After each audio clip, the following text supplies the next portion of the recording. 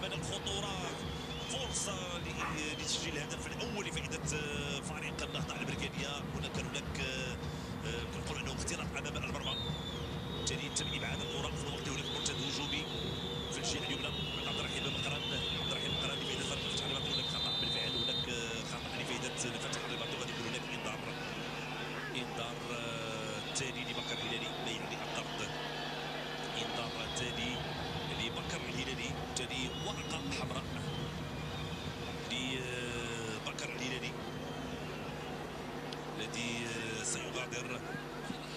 انذار ثاني من فريق النهضة البركانية. سيكمل تقريبا 7 دقائق من الوقت الاصلي مع 10 ديال اللاعبين.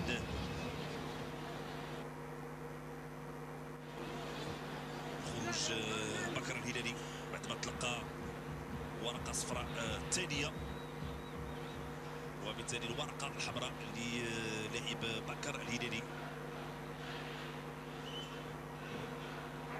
نتابعوا الخطأ لفائدة فريق الفتح الرباطي. تابعوا من جديد التدخل الأخير والورقة الحمراء.